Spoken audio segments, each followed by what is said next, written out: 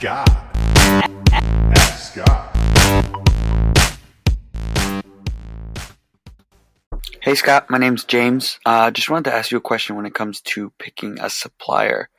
Have one I'm looking to pull the trigger on. They only seem to do wire transfers or PayPal. Just trying to see some ways to combat this. I know with escrow, you can offer to split the fees with them. I know sometimes that works. I was just seeing if there's any way for me to cover my butt in PayPal, excuse my language. Any feedback would certainly be appreciated. Look forward to hearing from you. And thanks again for everything you do. Talk to you soon, Scott. Hey, James, thanks so much for the question. And yeah, I've talked about this quite a bit in the past. Anyone that's on the blog at any time, you can always go there and just search in the field that says search this site. You'll probably find an answer. But I have recently I had a guest on that we talked about how to protect your money when ordering product from China. He gives some real examples, some things that he's encountered and things that he does now differently.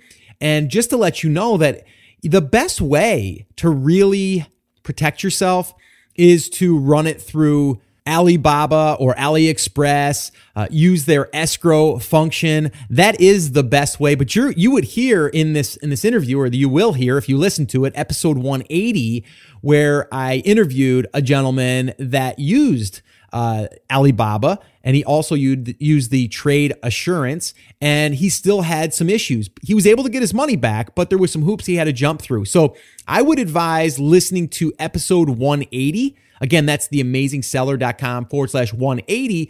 Or you can go to the show notes to this episode. You'll find that there, and anything else we discuss will be on the show notes page. But episode 180 is definitely, to me, a must listen.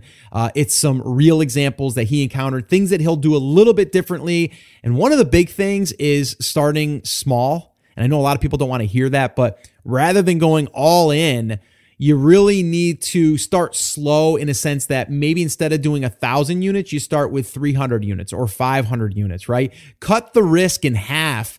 And then this way here, you can learn how well that company does from, wiring the money, or whether using the escrow or the communications or any of that stuff. You can learn a lot by building that trust by doing it, but just on a smaller scale. And that was one thing that he had said. But definitely listen to that episode. I would just say, like right here, if we're talking about wire transfers or escrow or PayPal just made a change, I believe, to their terms of service that they are not really going to be protecting us from money that's being sent internationally, or at least to China. And again, don't quote me on that, but I thought I just read something on there that they are not being liable for that. So there's not going to be a lot of protection there for you using PayPal as much as it used to be.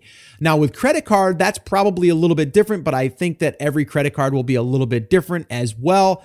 But I do think that it would be an easier way to fight it than to have your money wired into their bank account and then you have nothing to really show for it, right? You have no trail other than the wire transfer, and then those people can just run. At our live event, we had a gentleman that shared a story about how he wired, I think it was like 20K. It was like 20 grand. And they just kept prolonging the order. Well, long story short, it was a nightmare. That company, the guy that was handling the money, ran off with the money and like two other people's. He was out there with like 80 grand and he was gone. So those stories are real. His thing was, I probably should have started small rather than just jumping in and sending a $20,000 wire transfer for a deposit. So that would be my advice, my recommendation to anyone that's just starting is, number one, try to start smaller as far as don't go and send over, $10,000 your first run, right? Do something small. Try to use escrow, because the escrow to me is really, really, one of the best ways, because they're holding the money in a separate account and it's not released until you say that you've received the goods or until you're happy. Now, you're right. Some companies don't want to offer that service. And to me, that could be a sign that you might not want to deal with that company. I would at least try to explore other companies that would accept the escrow, and then from there go to them. There's tons and tons of other companies out there that will do the escrow. They're just not as many as people that won't, right? So we might have to look a little bit deeper. Now, I also know that Alibaba just not too long ago, they added a credit card feature that you can pay with credit card. And that's why I think that you should do all of your ordering through Alibaba at this point in time. I would not try to go outside of Alibaba, because then what's going to happen is you're kind of off on your own, right? Alibaba will try to help you if you've been, scammed, because they don't want that going on them. The minute you go off of Alibaba or AliExpress, you're kind of on your own, right? It's like you don't have any insurance policy at all. Not that it's an insurance policy to be on Alibaba, but you are going through their channels. They'll have a record of all of your interactions. They'll have a record of your invoices, because all those invoices are sent through them. So I would recommend in the beginning, especially keeping things all under, Alibaba, AliExpress, or whatever other company that you're using to manage the interaction back and forth and the money transfer back and forth. Western Union, I would not even touch. If you ever see anyone saying that they want to take Western Union, I would not do it.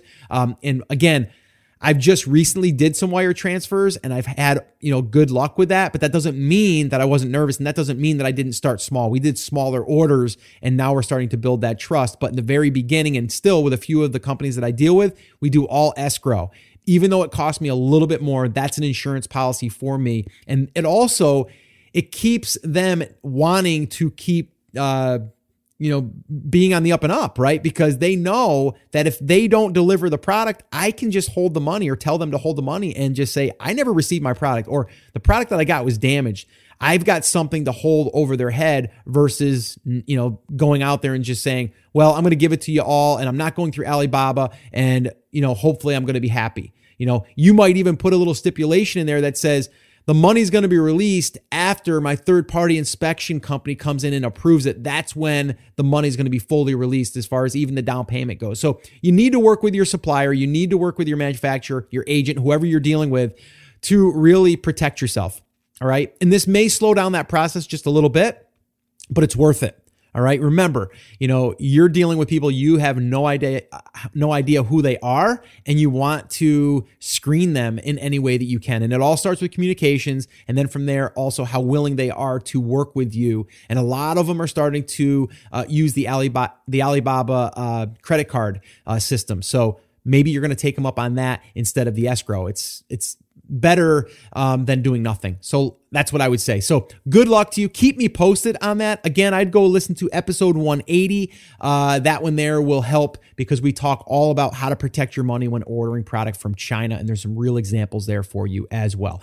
Well, hey there. Thank you so much for listening to that episode of Ask Scott. Now, that was just a highlight from one of our full episodes where I generally answer 3 to 4 questions on a podcast. If you want to go back and listen to all of the past archives of not just the Ask Scott session, but all of the full episodes where I do interviews with top Amazon sellers, people starting from scratch and building a business, if you want to listen to any of those episodes, head over to theamazingseller.com and you can find all of that over there. You can also find details there on how you can ask your own question and get it aired on an upcoming Ask Scott session, and possibly see it here on YouTube or just on the podcast. All right, so definitely head over to theamazingseller.com. There's tons of resources over there for you to be able to build your e-commerce and Amazon business. So definitely go check that out. Now, I just wanted to remind you one thing before I let you go. There's a lot of information out there, and some of it is really, really good. What I want you to remember is you have to not just consume the information, you have to actually apply that information.